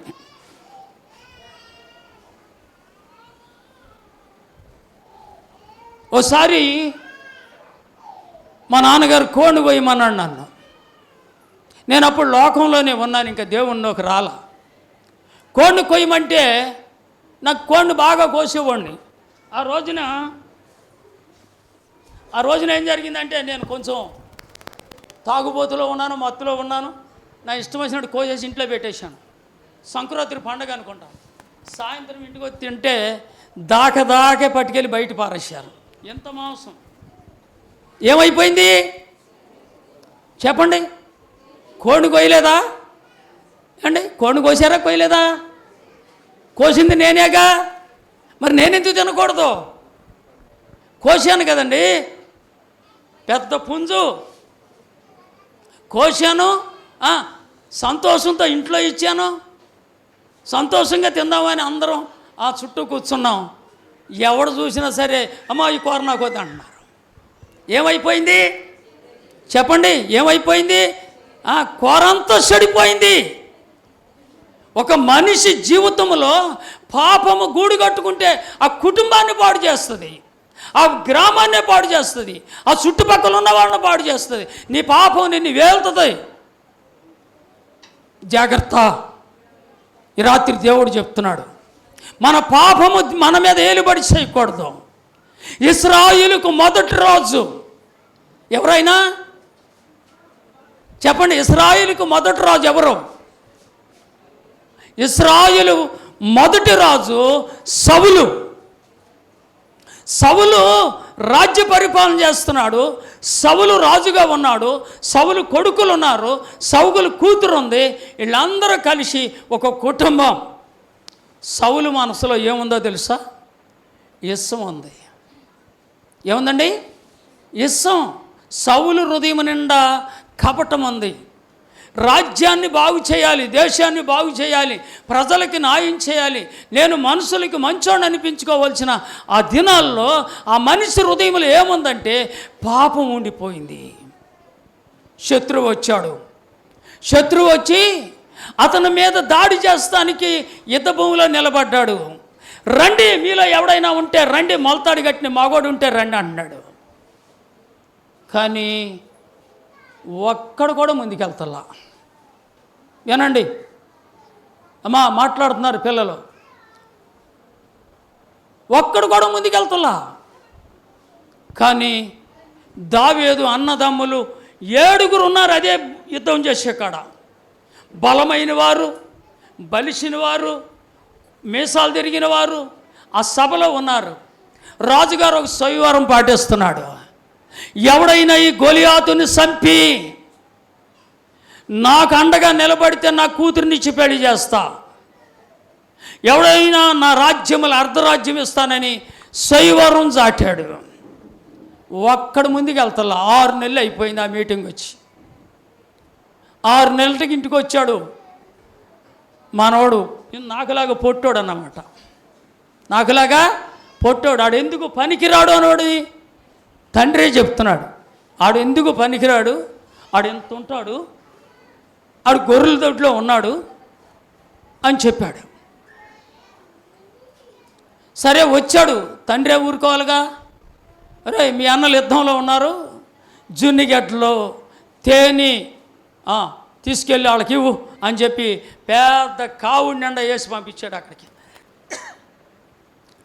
వెళ్ళాడు దావీదు మహారాజు. ఆయన ఎంతే ఉన్నాడు, చూశాడు. ఆడు అరుస్తున్నాడు, అవతల ఉండేవాడు. శత్రువు గంతులు వేస్తున్నాడు. రండి మీరే మాకు మొలతాడుంటే రండి అంటున్నాడు. దావీదుకి గొర్రెల దొడ్లోనే ఉన్నాడు, కానీ దావీదుకు ఒక అనుభవం ఉంది. ఎలుకబంటి వచ్చి గొర్రెల మీద పడింది, దాన్ని పట్టుకుని చీల్చి చంపాడు. తర్వాత తోడేలు వచ్చింది, దాన్ని పట్టుకుని చంపాడు.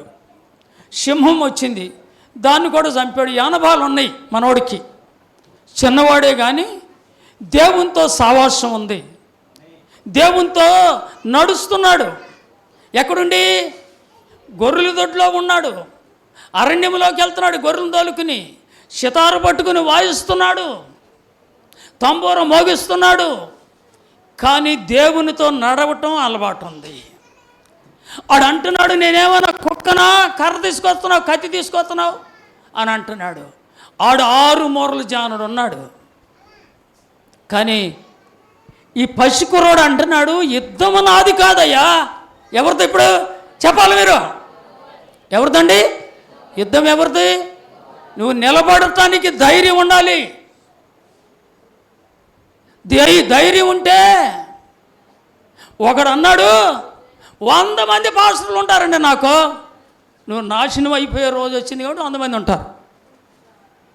ఏమండి ఆ మాట నేను అనకూడదు అంటున్నా. లేకపోతే నీ కన్న తండ్రి, లేకపోతే నీ ఆత్మీయ తండ్రి నీకు తండ్రిలో. ఈ దావీదు ఎవరి పేరు చెప్తున్నాడు? మా తండ్రి ఉన్నాడని చెప్పట్లా, మా అన్నదమ్ములు ఉన్నారని చెప్పట్లా, నా బంధువులు ఉన్నారని చెప్పట్లా. దేవుని స్తోత్రం.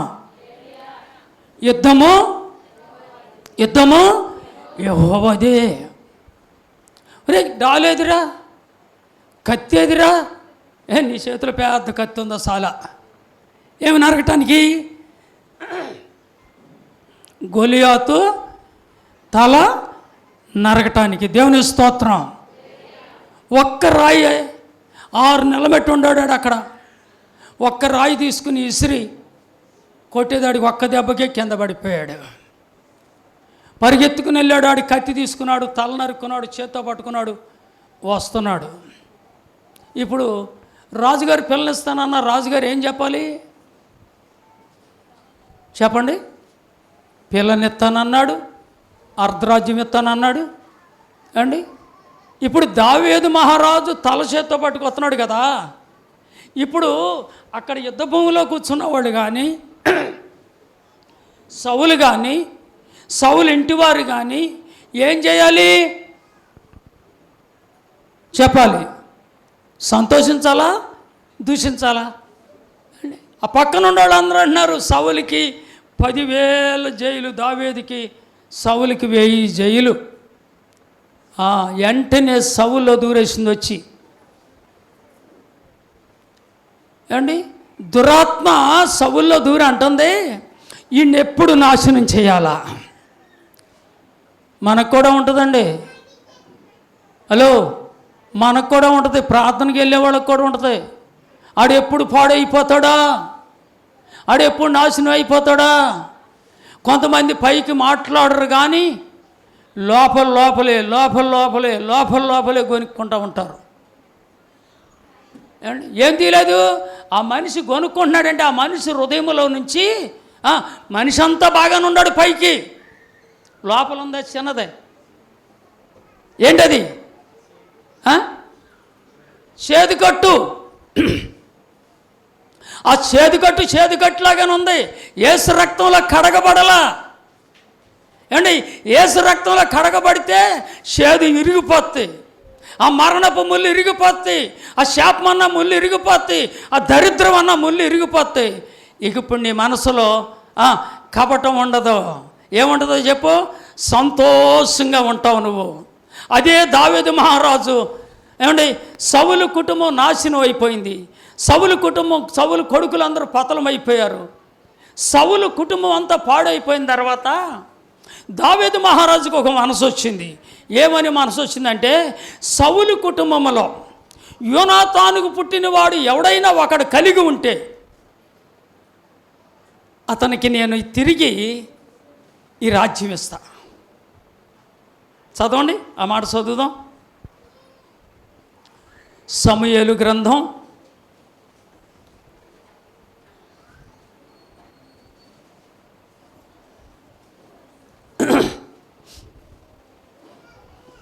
9వ అధ్యాయము 6వ వచనం, 6-7 వచనాలు వినాలి నా మాటలు. నేను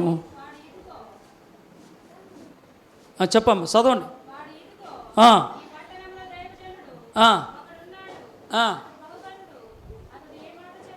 కాదు కాదు కాదు కాదు ఏనండి, సౌలు కుమారుడైన యోనాతానుకు పుట్టిన దావీదు నద్దకు వచ్చి సాగిలిపడి నమస్కారం చేశాడంట. చదవండి. అతన్ని పిలిచినప్పుడు అతడు, చిత్తము నీ దాసుడునైనా భయపడవద్దు,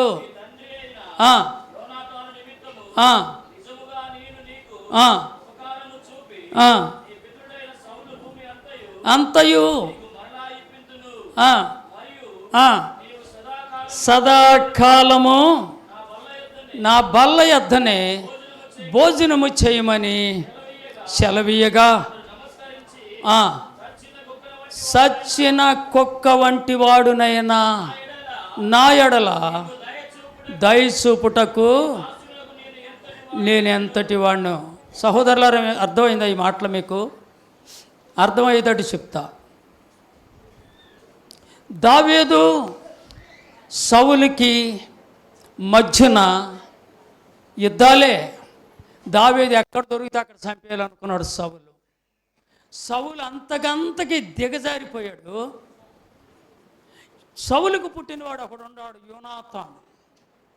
యోనాతాను మనసును దావీదు మనసును పెనవేసుకుపోయినాయి అంట. దావీదును చంపటానికి సౌలు ఏ ప్రాంతానికి వెళ్తున్నాడో ఆ కౌరు ముందట్టుకెళ్ళి చెప్పేవాడు. ఎవరికి? వాళ్ళ బావగారికి. అక్కడి నుంచి తప్పుకునేవాడు. సౌలు ఆ రకంగా చివరికి నశించిపోయాడు. సౌలు రెండో కొడుకు కూడా చనిపోయాడు, యోనాతాను కూడా చనిపోయాడు. కానీ సౌలు యొక్క భూమి, ఆ భాగం అంతా కూడా దావీదు చేతిలో ఉంది. దావీదు ఏం చేయాలి? దావీదుకి సంతతి ఉంది, కొడుకులు ఉన్నారు, అందరికి రాయొచ్చుగా తలకోయి కేకరం. మంచి మనసు కదా అండి. కానీ దావీదు ఆ పని చేయట్లా. దావీదు ఏమంటున్నాడంటే, సౌలు కుటుంబంలో ఎవడైనా ఒకడు శేషించి ఉంటే, అర్థమవుతుందా మీకు ఈ మాటలో? నా వాక్యం అర్థం ఉందా మీకు? అర్థం ఉందా నేను చెప్పిన మాట? సౌలు నశించిపోయాడు, సౌలు ఇసుపు చూపు చూశాడు, పాడైపోయాడు. కానీ దావీదు రాజు పరిపాలన చేస్తున్నాడు. గొర్రెలు దొడ్లో ఉన్నవాడు, ఏమంటే మందన కాసుకునేవాడు, ఎండనక వాననక ఏమండి తిరుగుతూ ఎక్కడో ఉన్నవాడిని దేవుడు తీసుకొచ్చి ఎక్కడ పెట్టాడంటే సింహాసనం మీద కూర్చుండబెట్టాడు. రాజు కిరీటం పెట్టాడు, రాజు కటకం ఇచ్చాడు. ఆ రాజు కిరీటం పెట్టుకున్న రాజుగారు ఏం మాట్లాడుతున్నాడంటే, సౌలు కుటుంబంలో ఎవడైనా ఒక్కడు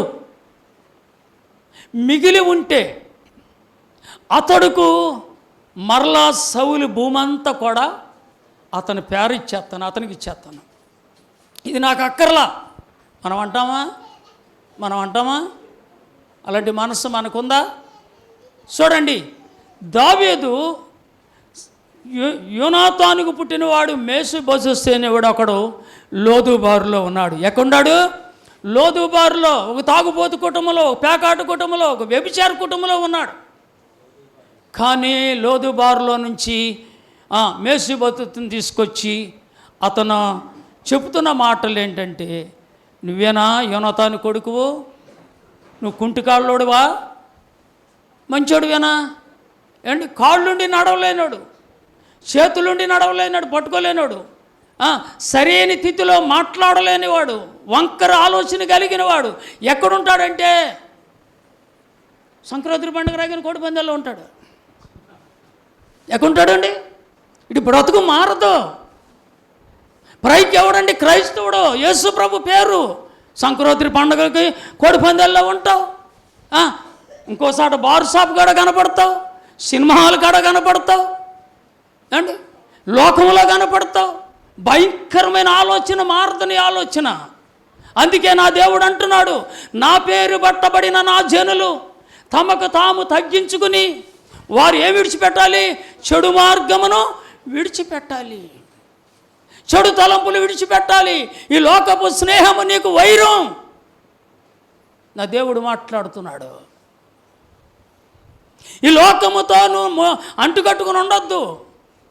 కానీ లోదెబారులో ఉంచి తీసుకొచ్చిన మేషుబోషెతు ఏమంటున్నాడంటే, ఇదిగో ఈ భూమి అంతా నీకు ఇచ్చేస్తా, ఈ ఆస్తి అంతా నీకు ఇచ్చేస్తా, సదాకాలం ఇక్కడ ఉండయ్యా, నువ్వు సచ్చే వరకు నా బల దగ్గర ఏం చేయాలి?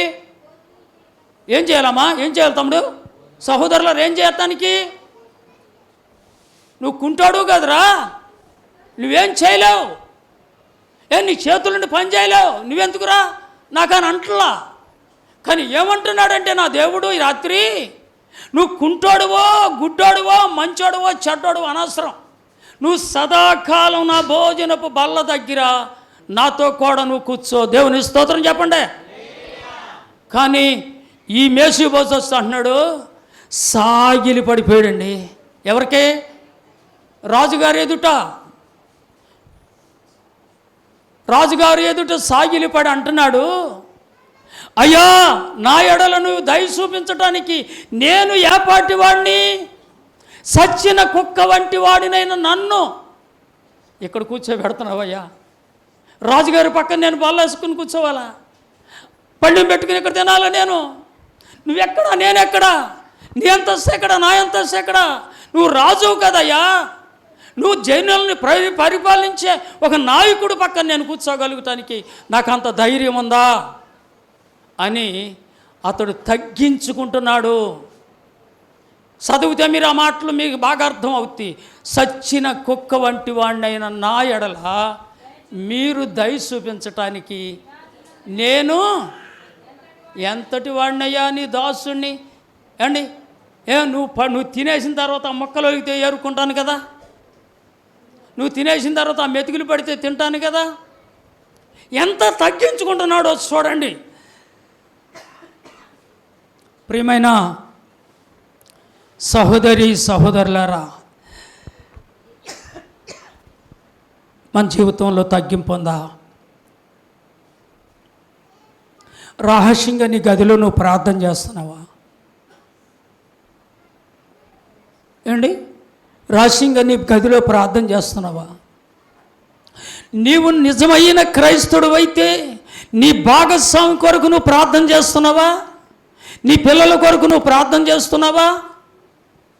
నీ తల్లిదండ్రుల కొరకు నువ్వు ప్రార్థన చేస్తున్నావా?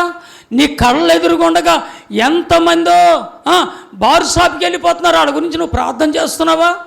ఎంతమందో దేశంలో నశించిపోతున్నారో వారి కొరకు ప్రార్థన చేస్తున్నావా? మనం దేవుని బిడ్డలారా, నా మాటలు ముగిస్తున్నాను. మీరు ఒకసారి ఆలోచించండి. నీవు ఎవరి పేరు పెట్టుకున్నావు? ఎవరి పేరుతో పిలువబడుతున్నావు? పేరైతే కాంతి రేఖ. ఎవరండి? పేరు కాంతి రేఖే కానీ నా పేరైతే నా పేరు కాంతి రేఖే, కానీ ఇంట్లోకి వెళ్తే ఉంటుంది గబ్బులైలు కంపు. ఏమండి, భోజనం పెడతావు భర్తకి, మొదలు పెడతావు. భార్య కంటికి కనపడిపోతే మొదలు పెడతావు. అనుమానపు జబ్బు. ఏ జబ్బు అండి? అనుమానం జబ్బు. అసలు నిన్ను దేవుడు పిలిచాడా, లేకపోతే నువ్వు ప్రార్థన చేస్తున్నావా? ఏమండి, పిలిస్తే నీకు అనుమానం ఎందుకు? ఆ జబ్బు ఎందుకు నీకు? ఇతరుల మీద కొన్యాలు చెప్పే బుద్ధి ఉంటుంది. తేలికైతే కొనువులోనే ఉంటుంది, కానీ నరుడికి తల మొదలుకుని అరికాలు వరకు విషమే, సూపు విషమే, తలంపులు విషమే, అంత మోసమే. ఏమండి, జాగ్రత్త. నా దేవుడు అంటున్నాడు జాగ్రత్త. నిన్ను నువ్వు సిద్ధపరుచుకున్నావా? సిద్ధపాటు కలిగి ఉన్నావా? మారు మనసు కలిగి ఉన్నావా? ప్రత్యాతాపం కలిగి ఉన్నావా? ఏమండి, నిన్ను నువ్వు జాగ్రత్త పడకపోతే దేవుడు నిన్ను లెక్క అడుగుతాడు. ఒక మాట లాస్ట్ చూద్దాం, ఒక మాట చదివి నేను ముగిస్తాను. యోధా రాసిన పత్రిక, ఒకే ఒక పత్రిక ఉంటుంది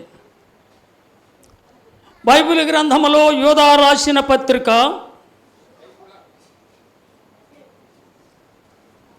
ఒకే ఒక పత్రిక ఉంటుంది, చూడండి. ఎవరైనా తీస్తే 17వ వచనం చదవండి. ఏమంటున్నాడు వినండి. అయితే ప్రియులారా, అంత్యకాలమునందు మన భక్తిహీనమైన దురాశ చొప్పున నడుసు పరిహాసకులను ఉండురని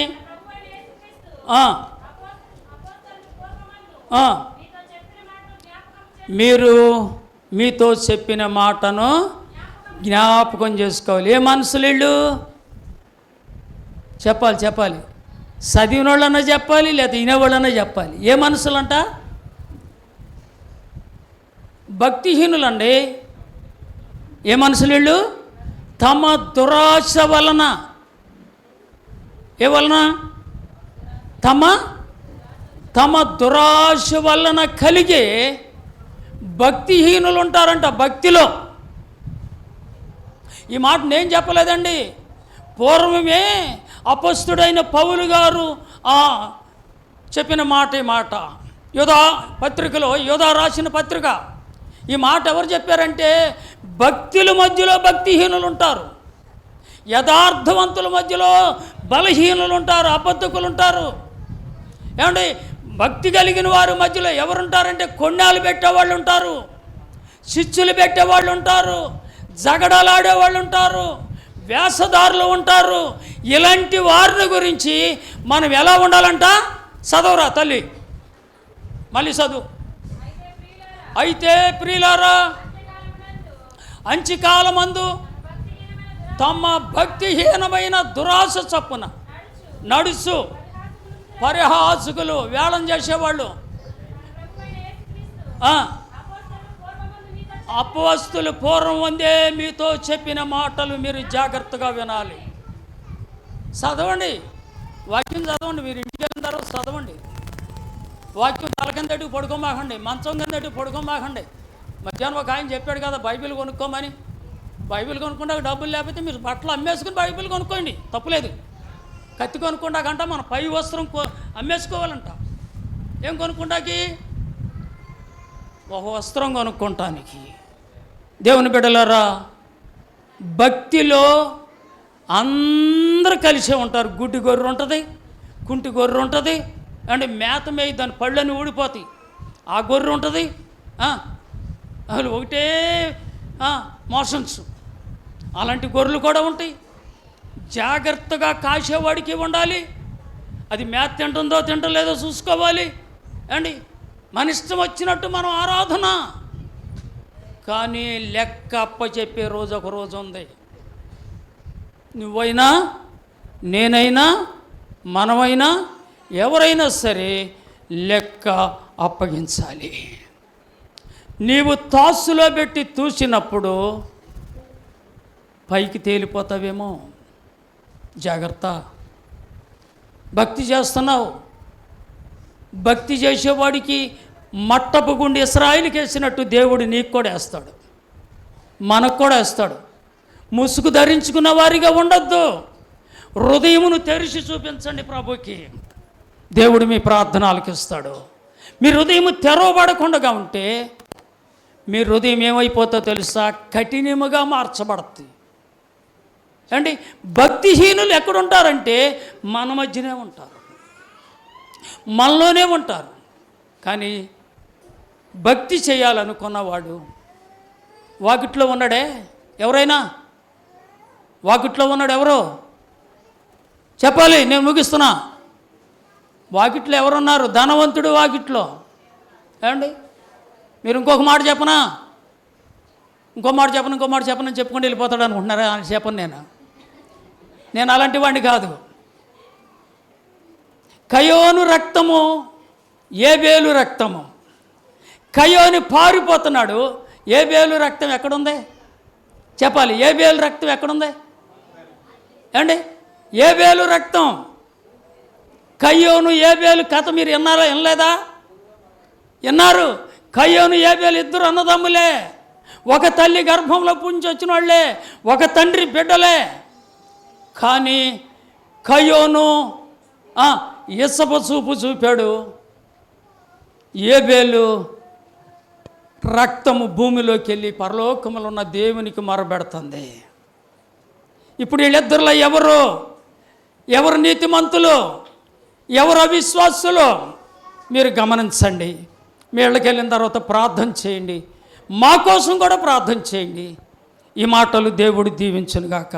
చిన్న ప్రార్థన చేసుకుందాం. అందరూ లెగుస్తారో మకరిస్తారో నాకు తెలీదు. ఒక్క నిమిషం నేను ప్రార్థన చేస్తాను. ఈ సమయంలో మనమందరము లేచి నిలబడదాం. చాలా సమయం నుండి దేవుని మాటలు విన్నాం. దేవునికి స్తోత్రం, విన్న స్తోత్రం, వాక్యాన్ని బట్టి స్తోత్రం.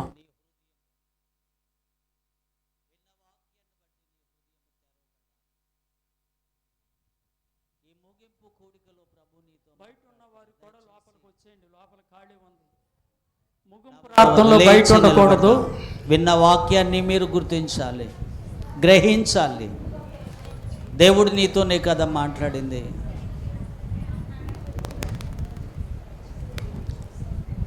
అందరూ కళ్ళు మూసుకుందాం. అటు ఇటు చూడొద్దు, అటు ఇటు చూడొద్దు. పక్కడితో మాట్లాడొద్దు.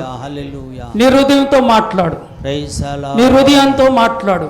ప్రభువా, నీ హృదయం నిన్ను మోసం చేస్తుంది, నీ మనస్సాక్షి నిన్ను మోసం చేస్తుంది, నిన్ను యథార్థంగా ఉండనివ్వట్లా. తగ్గించుకొని తమ ఆలోచించుకో. విడిచిపెట్టిన నీ మనస్సుకు చెప్పు, నీలో ఉన్న చెడు, నీ తలంపులకు చెప్పు. నీలో ఏదో ఒకటి దాచిపడి ఉంది పాపం. ఆ పాపం ఏదో ఒక రోజు నిన్ను పట్టుకుని నాశనానికి తీసుకుని వెళ్ళిపోతుంది. ఆ నాశనం ఏంటో తెలుసా?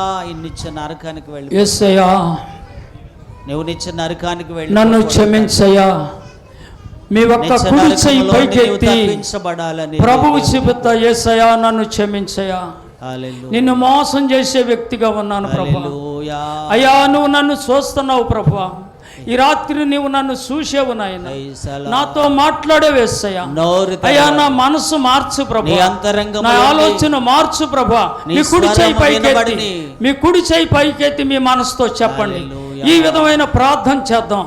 ఎందుకంటే ఆయన చూచుచున్న దేవుడు, నీ హృదయం ఎరిగిన దేవుడు, నీ ఆలోచన ఎరిగిన వాడు. నీ మనస్సాక్షిని దేవునితో చెప్పు. ప్రభువా నన్ను క్షమించు ప్రభువా. నోరెత్తి చెప్పు, యేసయ్యా నన్ను క్షమించయ్యా. అయ్యా నేను ఒక చిన్న బలహీనుడును ప్రభువా, నేను బలహీనపడుతున్నాను యేసయ్యా. నా కుటుంబం బలహీనపడుతుంది ప్రభువా. అయ్యా నా బిడ్డల మీద చీకటి ఏలుబడి చేస్తుంది ప్రభువా. నా పాపమే, దాచబడిన పాపం. హృదయం తెరవండి చెల్లి, హృదయం తెరవండి. తమ్ముడు హృదయం తెరవండి. సహోదరుడా హృదయం తెరవండి. మీ మనసుతో మాట్లాడాడు దేవుడు. ప్రభువా నన్ను దర్శించయ్యా. నిజముగా నువ్వు సాగిలి పడతావా? దేవుని సన్నిధిలో నువ్వు సాగిలి పడతావా? ఒప్పుకుంటావా? ప్రభువా నేను సచ్చిన కుక్క లాంటి వాడినయ్యా. మనస్సాక్షిని కట్టివేసుకోవద్దు, హృదయాన్ని తెరువు. అయ్యా నీ ప్రదవులు మంచి కాకపోతే చెప్పు, నీ ఆలోచన మంచిది కాకపోతే చెప్పు, యేసయ్యతో చెప్పు, యేసయ్యతో చెప్పు. అయ్యా నన్ను క్షమించు ప్రభువా, తండ్రి నన్ను క్షమించు ప్రభు అని ప్రార్థన చేసుకుందాం. నేను చిన్న ప్రార్థన చేస్తాను, తర్వాత దాసులకి ఇస్తాను. మహాపరిశుద్ధుడా, ఈ రాత్రి ప్రభువా, శుక్రవారం రాత్రి నుంచి దైవజనులు నిలబడుతూ మాట్లాడుతూ వచ్చారు యేసయ్య. ఈ రాత్రి ప్రభువా, ఇదిగో నాయన నీ దాసుని మరుగుపరిచి కొన్ని విషయాలు మీరు మాట్లాడారు ప్రభువా. అయ్యా ఈ సంఘానికి, వారి కుటుంబానికి, వారి సంఘములో ఉన్న బిడ్డలకు తండ్రి నాయన సమాధానము దయచేయండి, సమాధానము దయచేయండి ప్రభువా. ఎలాపి వాక్యములు అంటున్నాడు, ఇదిగో మా తండ్రులు పాపం చేసి వారు గతించిపోయారయ్యా. ఆ దోషం మా మీద ఉందయ్యా, మా భుజాల మీదకి వచ్చేసారయ్యా. మాకు నాయకులుగా, మాకు దాసులుగా ఉండేవారు, వారికి మేము దాసులు అయిపోయాం. వారు మమ్మల్ని వేల్తున్నారు, మా పాపమే మమ్మల్ని వేల్తుంది అయ్యా. మా పాపం కిటికీలెక్కుతుంది, మా పాపం ద్వారబంధం దగ్గర నిలబడుతుంది, మా పాపం రాజవీధుల్లో కనబడుతుంది. యేసయ్యా మీరు మమ్మల్ని క్షమించండి ప్రభువా, మీరు మమ్మల్ని క్షమించండి తండ్రి, మీరు మమ్మల్ని క్షమించండి అయ్యా. ఈ రాత్రి కూడి చేరిన చిన్న పిల్లలు మొదలుకొని పెద్దవారు వరకు నీ మాటలను ప్రభువా వారు నెమరు వేసేవారిగా సహాయం ఇచ్చేయండి. రేపు ఉదయకాల ఆరాధనలో ఈ బిడ్డలందరూ కూడి తండ్రి మీ యొక్క సన్నిధిని అనుభవించినట్లు వారితో మీ యొక్క సన్నిధి ఉంచండి, బిడ్డలతో ఉంచండి, సంఘముతో ఉంచండి, దాసులతో మీ సన్నిధి ఉంచండి ప్రభువా. ఎవరిని విడిచిపెట్టవద్దు నాయన. బలహీనుని ఎన్నికలేని తండ్రి పాపినైనా నన్ను నీ చేతికి అప్పగించుకుంటూ ఈ రాత్రి ప్రభువా మీ కృప మాకు తోడుగా ఉంచండి అయ్యా. మా దోషములను క్షమించండి, మా పాపములను కొట్టివేయండి, మా అతిక్రమములు తుడిచివేయండి ప్రభువా. అయ్యా మా హృదయాల మీద పనిచేస్తానికి తండ్రి పాపపు ముసుగును తొలగించండి, గర్వమనే ముసుగును తొలగించండి, ఆటంకపరుస్తున్న వ్యతిరేక ఆత్మను తొలగించండి. మీ సన్నిధి మాతో ఉంచండి. ఈ మాటలు విన్న బిడ్డలందరూ సంతోషముతో ఈ రాత్రి నెమరు వేసి ఆనందంగా గడపటాన్ని మీ కృప తోడుంచండి. మీరు మహిమ ఘనత పొందండి. యేసు నామమున అడుగుతున్నాను తండ్రి, ఆమేన్. దయచేసి అందరూ కూర్చుందాం. హల్లెలూయా. అందరూ కూర్చుందాం. ఒక్క 5 నిమిషాలు ఓపిక పెడితే మనం అందరం జరిగిన ఈ